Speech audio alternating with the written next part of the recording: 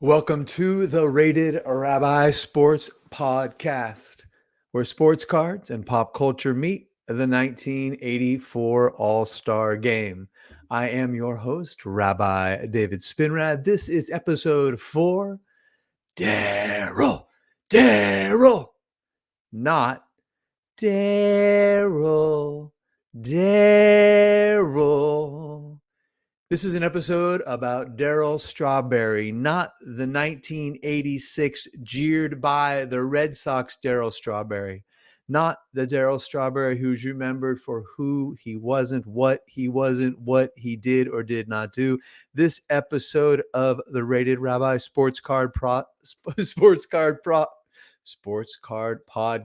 is not about Strawberry's drug and alcohol addiction, not about his tumultuous childhood, family life, and marital strife, not about the coulda, the shoulda, the woulda, not about what will never be. This episode is about the 6'6", 190-pound demigod.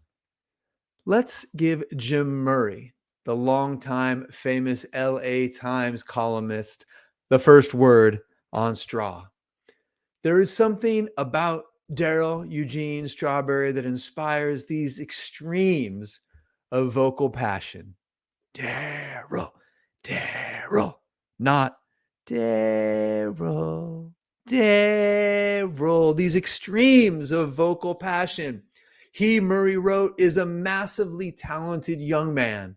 Darryl Strawberry, with a bat on his shoulder, is one of the inspiring sights in sports. Every at-bat is an adventure, and electricity goes through the park when Darryl Strawberry comes to the plate.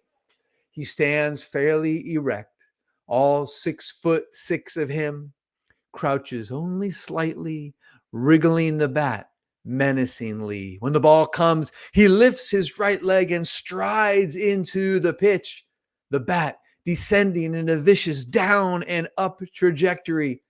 It is a sight no pitcher could relish. It is great theater.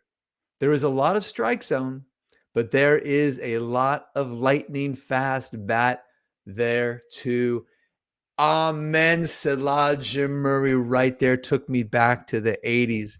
You cannot tell the story of 1980s baseball and actually 1990s baseball without Darryl Eugene Strawberry. Strawberry, of course, was the top pick in the 1980 amateur draft.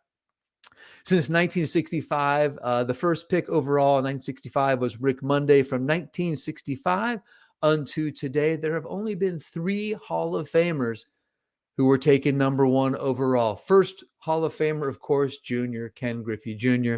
Second one, Chipper Jones from the Braves. And the third, no, he's all right. Harold Baines, yes, number 1 overall, yes, Hall of Famer.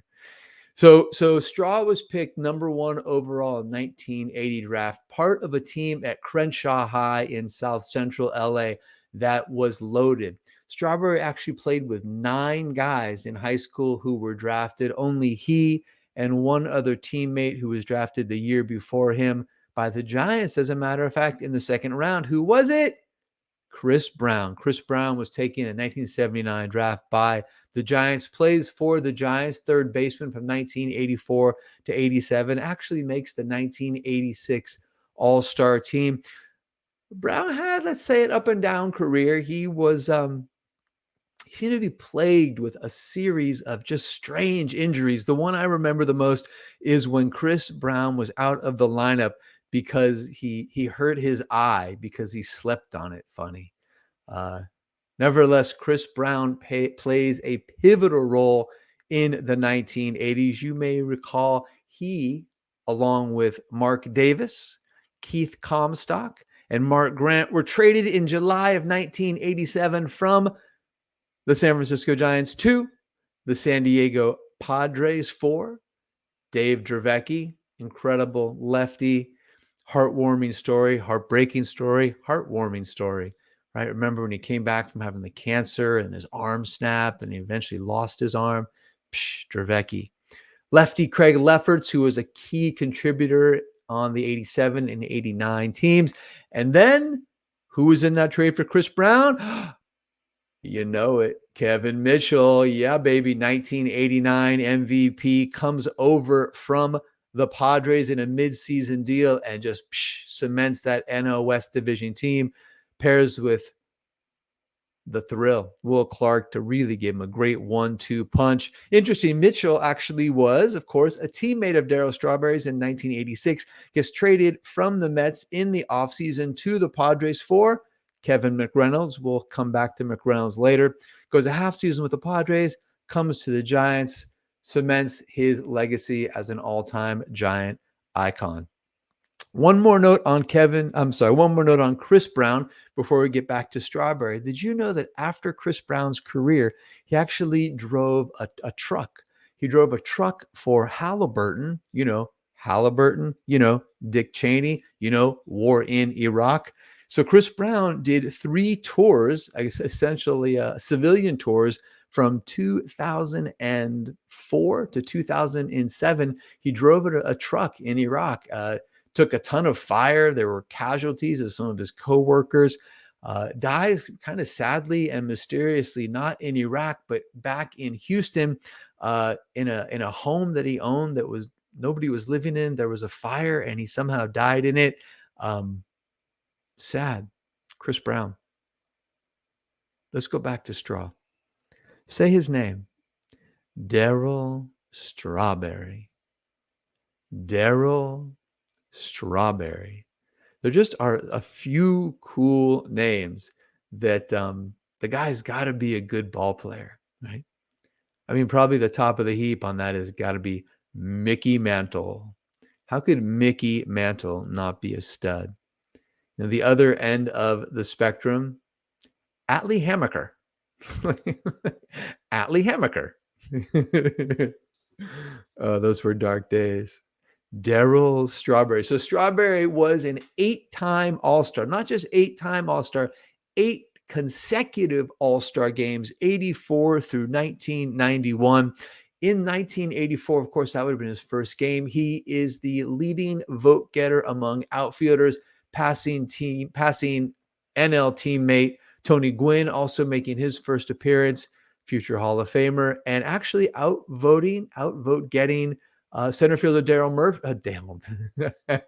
Dwayne Murphy, outpacing in the votes center fielder Dale Murphy, who is coming off of 2 consecutive MVPs. Nevertheless, the fans love Strawberry from the jump. There's just something special about this guy. He wins the 1983 Rookie of the Year. His career is pretty darn good. We know that he missed some years in the middle with some of the things or some of the challenges he had to overcome off the field. His career numbers, though, 42 WAR, wins 3 World Series, of course, in 1986 with the Mets, 1996 and 1999 with the Yankees. That 96 team was amazing. Jeter, rookie. You've got Mariano Rivera, who was the setup man to whom? John Wetland. So 1996, Yankees, Braves. I'm living in New York City at that time, and I was bartending at the Chelsea Brewing Company, and I remember New York was just, oh my God, beside itself. Their first World Series appearance since, I think, 81. Yep, lost the Dodgers strike year. Going for their first World Series title since 78, when they also played the Dodgers, beat them there. I'm bartending. Yankees are down 2-0, first 2 games, come back, win games 3, 4, and 5. It's game 6, and the bar is packed. And all of a sudden, unexpectedly, in comes family friend, more like family than friend, the Rubens, Eric Rubin, Steph Rubin, the kids, and the mom and the dad, Andy, and Uncle Mark Rubin, Alafa Shalom, God bless his soul. So Uncle Mark comes in and he's wearing one of those giveaway batting helmets, a Yankee plastic one, newer flaps. And he said, "Hey, if I give this to you, will you wear it?" I'm like, "Absolutely, whatever, man. Giants suck." Although I think 96 Bonds does go 40-40. So he gives me the batting helmet. I'm bartending, having this great time. Yankees, of course, win that game 6, win game 7. Place goes nuts. Money's flying. I'm getting tipped. Some iBanker comes up to me, hammered, says, "Hey, I'll give you $50 for that helmet." Before he can even finish the word helmet, I'm like, "Here you go. $50. Thank you very much." 1996. Straw was a member of that team. So like I said a minute ago, he won the 1983 Rookie of the Year. He had a couple of monster years with the Mets, including 1987 when he goes 30-30 with 39 home runs and 36 RBI. And 1988, homie had a season. Goes 39 homers, 29 stolen bases, finishes second in the NL MVP to Kirk Gibson. Quick trivia question for you. Who wins the AL MVP in 1988? In the NL, it was Kirk Gibson. In the AL, it was Jose Canseco. That is correct. 40-40. You can call Canseco a lot of things. Turns out he was not a liar. A doofus, most definitely. But a rat, perhaps. But not a liar.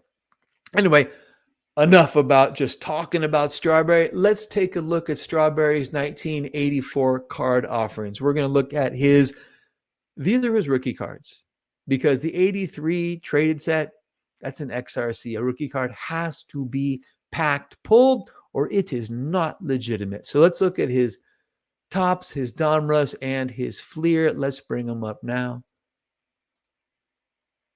And there we go.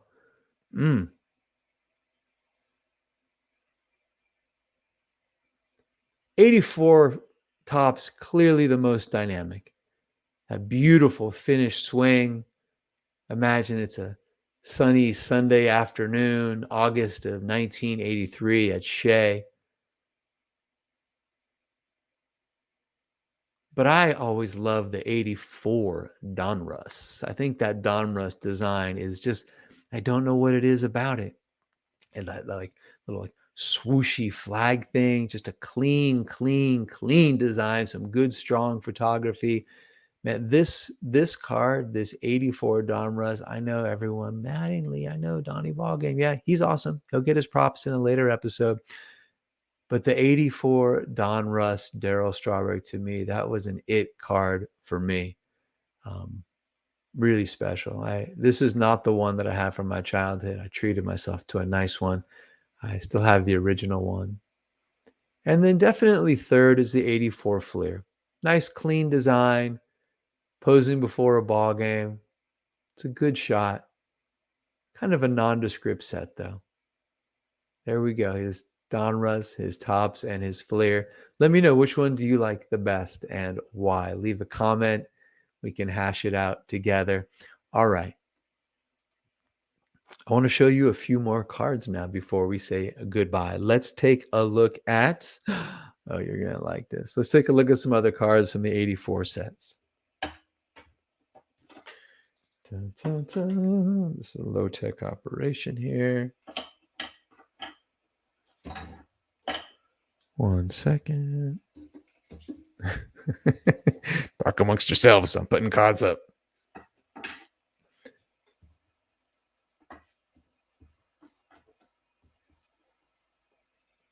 All right.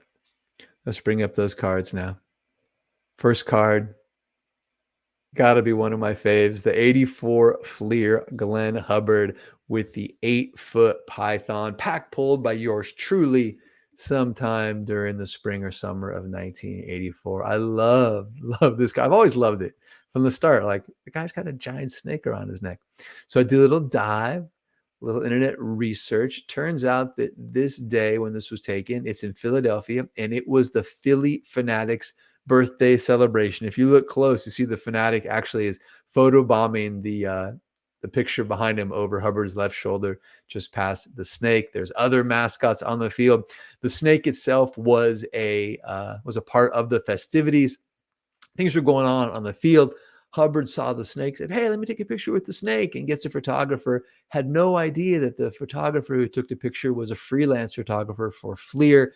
Shows up next year in spring training, kid comes up with him with the picture and he wants him to sign it. And originally Hubbard hates it. He's like, I'm a baseball player. It's ridiculous. I didn't think it's such a big deal. I actually think it ends up being one of the coolest cards of the decade.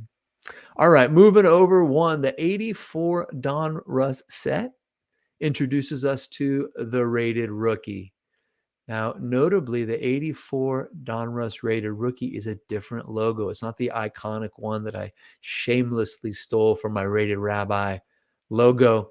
The 84 rated rookie is the banner across the bottom. Oh, and who is that? It's Kevin McReynolds there in a Padre uniform. Unbeknownst to him at the time, he would end up playing for the Mets alongside Darryl Strawberry. And then the last card on this threesome I want to show you is the Living Legends. In the set, Donruss had two cards, kind of an odd configuration that I probably could just give them their own cards, but you have this Living Legend combo of Gaylord Perry and Raleigh Fingers, and there's another one that has Carl Yastrzemski and Johnny Bench. All right, I got one more card to show you.